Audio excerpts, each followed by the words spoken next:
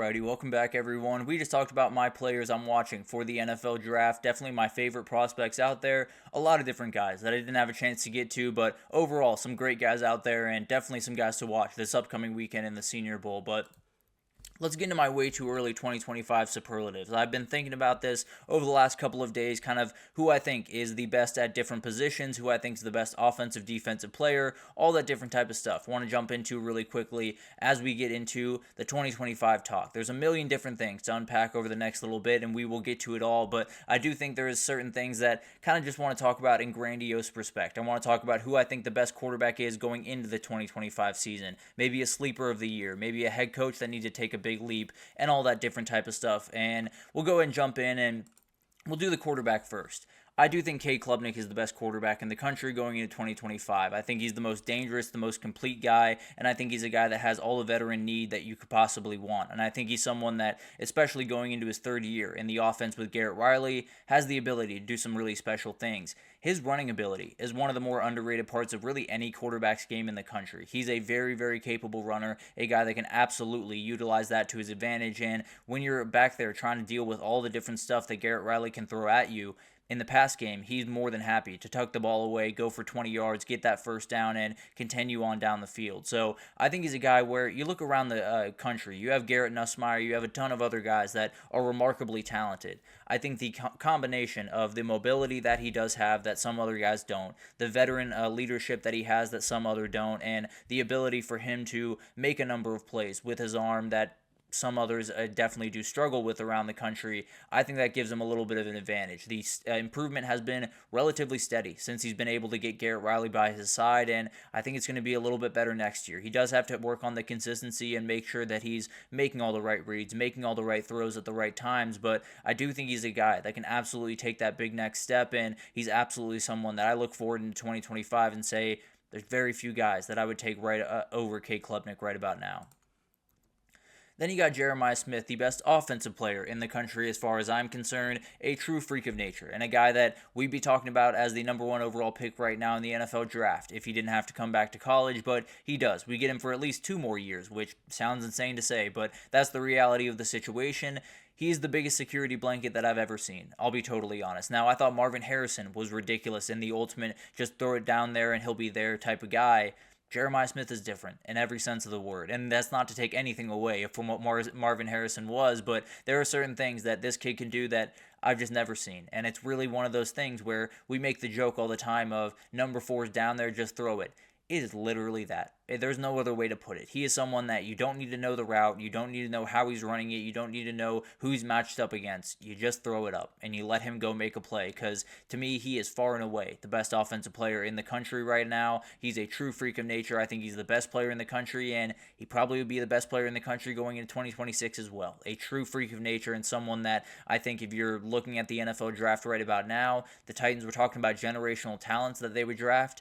This would be the guy that they were talking about. If he was in this draft, this would absolutely be the guy that would go number 1 overall. He's got to come back for another 2 years. So we get to enjoy him a little bit longer, but definitely the best offensive player in the country going into next year, and have to assume it's not going to change going into 2026 either.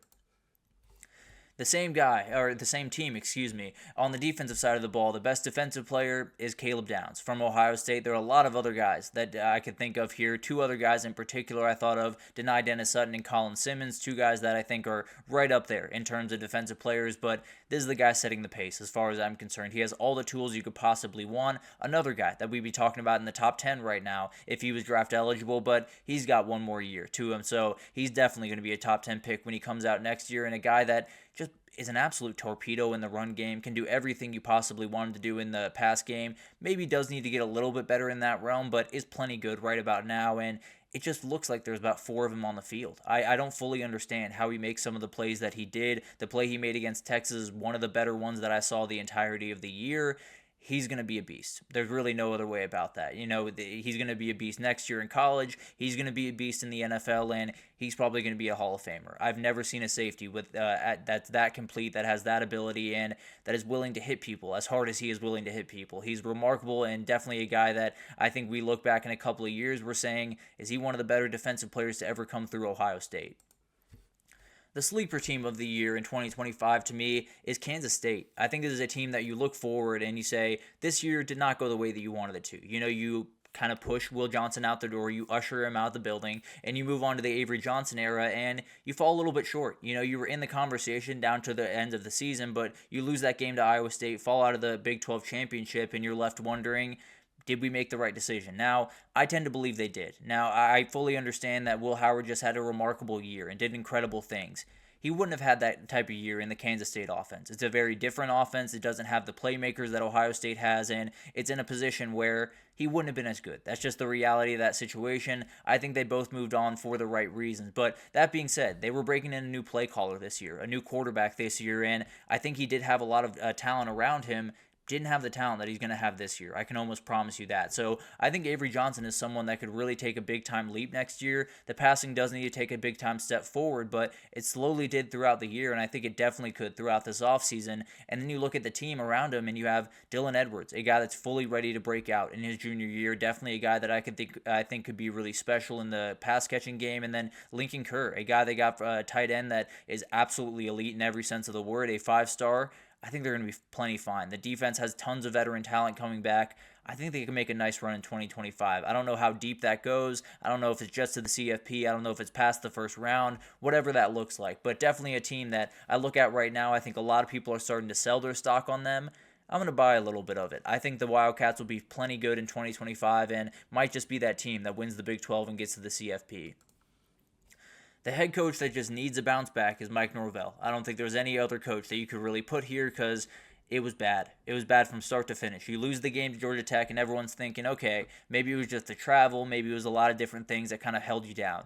Then you go back home, you lose to Boston College and everyone says, okay, it's getting a little bit nervous. I don't know what's going on here. And then it just bottoms out. It continues to bottom out. It gets worse and worse and worse throughout the season. You end 2-10 and I don't know where you go from here. They've done a relatively good job bringing in some portal guys, got Gus Malzahn to come over as the offensive coordinator, got a new defensive coordinator.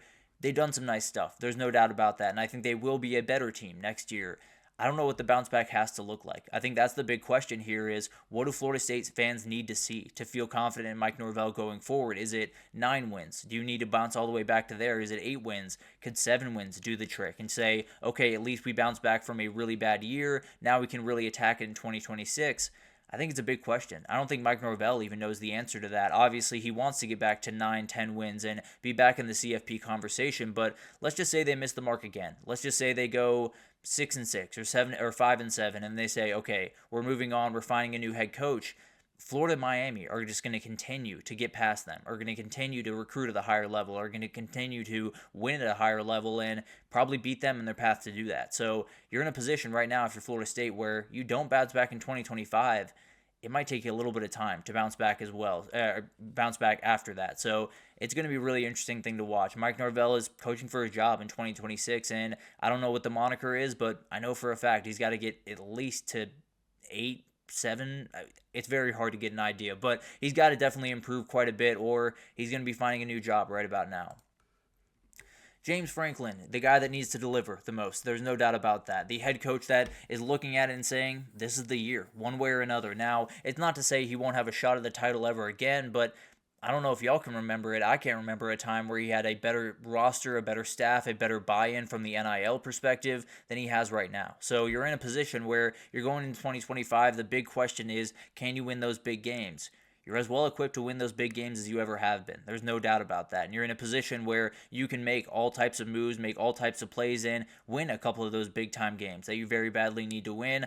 Obviously, some things need to be figured out, including the wide receiver. Drew Aller needs to take that next step. A lot of different things need to be kind of ironed out before they get there. But the reality is, he's got to deliver in 2025. Does that mean having to win a national title? That's a question for Penn State fans, and maybe one can tell me what they think in the comments, but the reality is he's got to deliver. One way or another, he has to get over that hump. He has to win that big game, or maybe he's looking for a job in a year. It sounds crazy and don't necessarily expect it to happen, but you lose to Ohio State, you lose to Oregon, you lose in the CFP again. How confident can you feel that James Franklin is ever going to be the guy that gets it done? And then we'll do impact freshmen on the offensive side of the ball. Decoria Moore is a freak in every sense of the word. He is a true difference maker and a guy that I think can walk onto the field and be one of the best, maybe the best wide receiver in that team and for Oregon this upcoming year. He's been absolutely remarkable. Kind of reminds me of Xavier Worthy when he came into Texas. Now, maybe a little bit bigger, a little bit more physical, and a little bit better at those 50-50 balls, but absolutely someone that he's going to walk onto the scene and be a huge part of this offense. Now, Oregon has tons of wide receivers. There's no problem with wide receivers over there in Eugene, but the reality is, as far as I'm seeing it, it's Evan Stewart and then it's Decoria Moore. This guy's an absolute freak and someone that can really set the world on fire. So he's a tough guy to miss. In every single cycle, he was a guy that you saw every single week because you saw a different insane highlight. You saw him almost injure himself with Travis Hunter there, but at the end of the day, a very talented kid, a kid that I think could very well be Oregon's wide receiver 1 next year. I wouldn't necessarily bet on it. I do think Evan Stewart will be that guy, but it wouldn't surprise me at all if this kid walked onto campus, totally took over, and become one of the big names, kind of like a Jeremiah Smith or Ryan Williams were this year. And then Justice Terry on the defensive side of the ball is the impact freshman for me.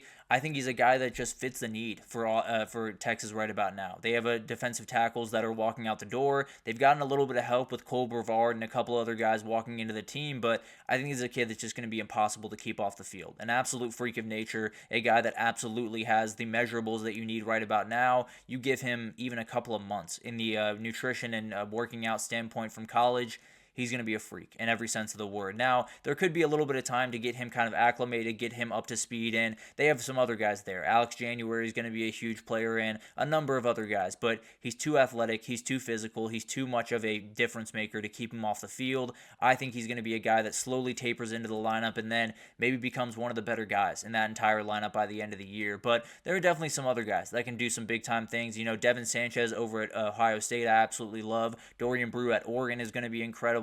A number of other guys that are going to be incredible players to watch, and Elijah Griffin over at Georgia is going to be an awesome player at defensive tackle. So there are plenty of impact players, no doubt about that. But when I look at the need that Texas has a defensive tackle in, I look at the player that Justice Terry is, it's hard to deny that guy's going to have a big time impact. So you look at 2025 and all of this stuff is very subject to change. There's a number of different freshmen that I'm sure will let themselves be known throughout spring that I'll feel a little bit more confident in, or a quarterback that maybe looks a little bit better than what Cade Klubnik does early on in spring, and maybe these can flip around just a little bit, but that's where my mind is at right now. There's a number of different players that I could have put in there, but feel pretty good about what I had right there. And then we got to move on to the very last segment. We'll take our last break here. When we come back, we'll do our top 10 head coaches as we head into 2025.